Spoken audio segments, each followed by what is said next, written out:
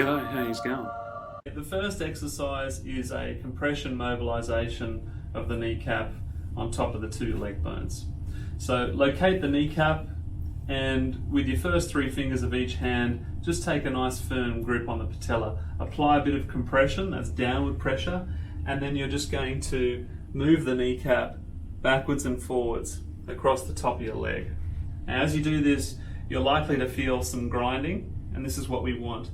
It's thought that by doing this, any sort of fraying of the hyaline or the articular cartilage on the undersurface of the patella and the femur and the tibia, we can grind away the gristly bits, thereby paving the way for a smoother range of motion with the knee. You want to do this for about 1 to 2 minutes, and at periods you can just take the cup of your hand and just do some circles of the kneecap just to sort of jiggle it up a bit, and then return and finish with doing some more compression mobilisation.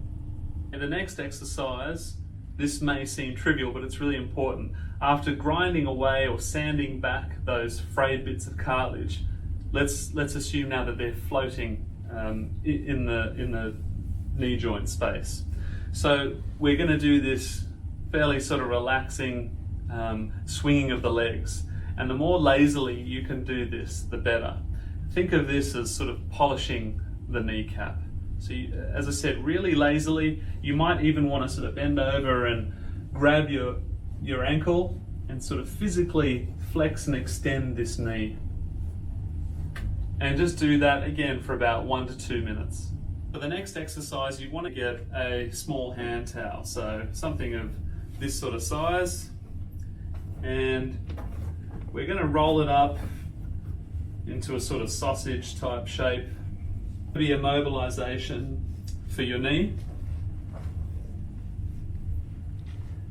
The purpose here is to try and decompress the knee, so get this right up in the crease of your knee, and then you're going to grab the ankle and you're going to sort of lean back and just gently at the beginning try to pull your knee into full flexion.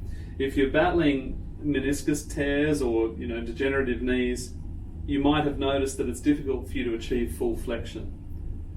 Having this bolster behind your knee will ensure that you won't overly flex it to the point where you suffer pain.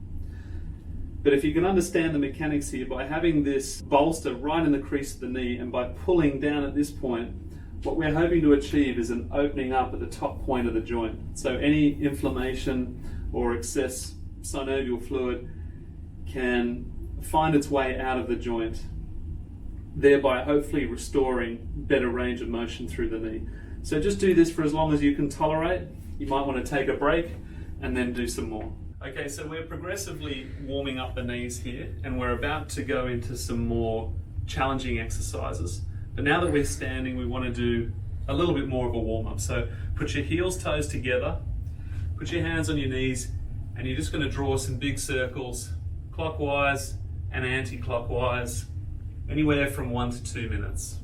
Once you've done that, you're going to widen your stance and you're going to do circles going from in to out, and then you can do from out to in. The challenge here will be to not look stupid while you're doing this, and it's very difficult. I know I feel pretty stupid doing this right now, but my knees are getting warmer, so that's the only thing that counts at this point. Okay, so for this exercise, maybe get a towel just so you can protect your other knee. Let's assume that this is the affected knee. And we're going to do some sort of peelback lunges, so easy lunges.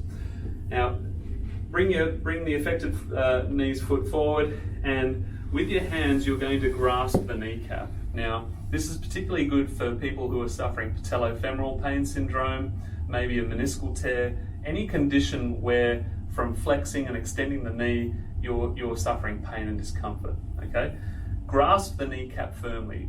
Pretend like your hands are a knee brace, so that when you lunge forward onto the right foot, in my case, I'm using my hands to direct the kneecap either more medially or more laterally to avoid pain. You might have to pull this way, you might have to pull that way. Go with whichever direction allows you to perform that lunge motion without any discomfort.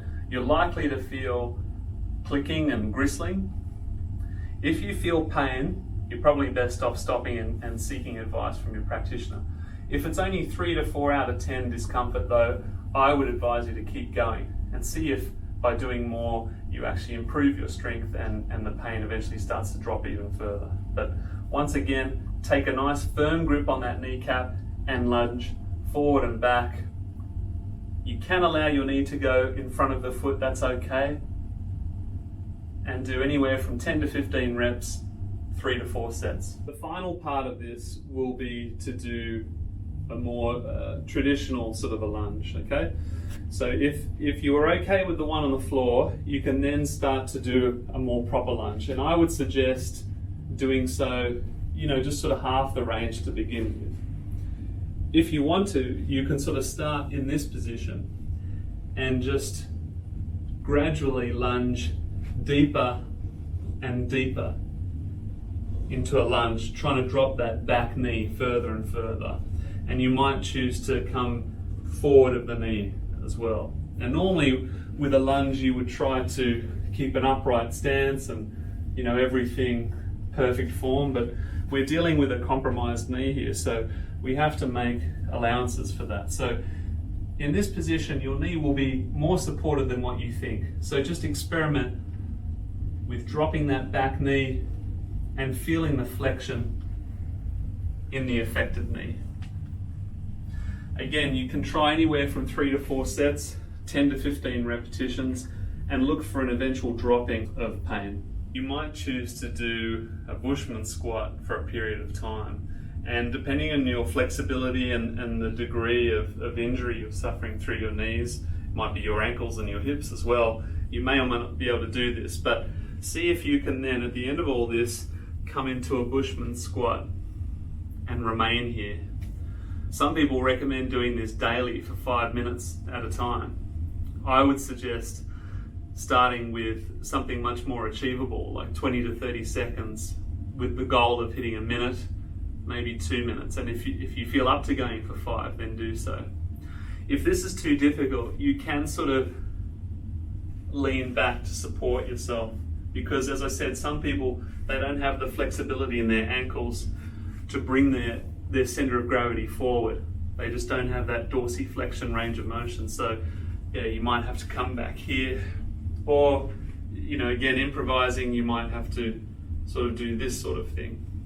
Any of those will be okay. But once you've done that, that's probably enough for the affected knee.